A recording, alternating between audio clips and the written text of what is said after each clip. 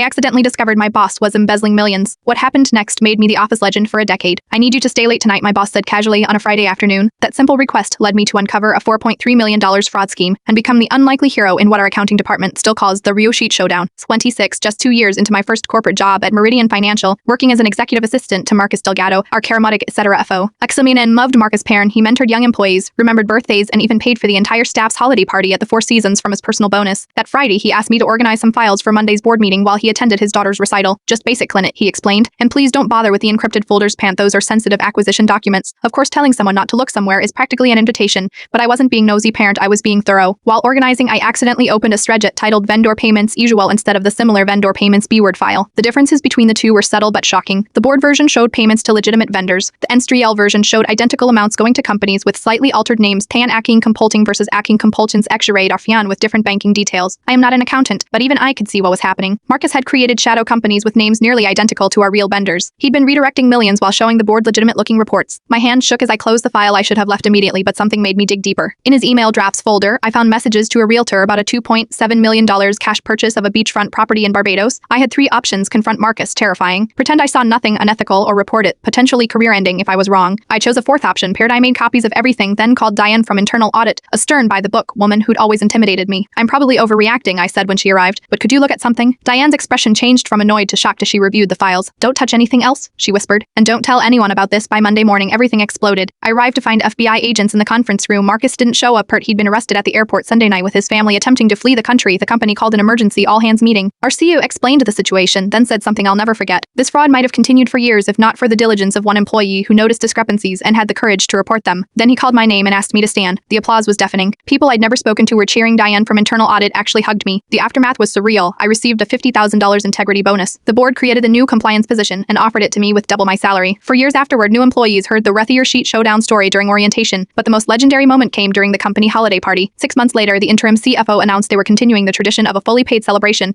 but with one difference. This time, he smiled. It's actually coming from the company's appreciation budget, not from the Caribbean Real Estate Fund. The room erupted in laughter and someone started a toast in my honor. 10 years later, I am now a senior executive at a different firm, but occasionally I still get Philistine messages from former Meridian colleagues that simply read, followed by a beach spics. Sometimes the biggest career moments come from the smallest decisions, bird like staying late on a Friday to organize files and having the courage to ask questions when something doesn't add up.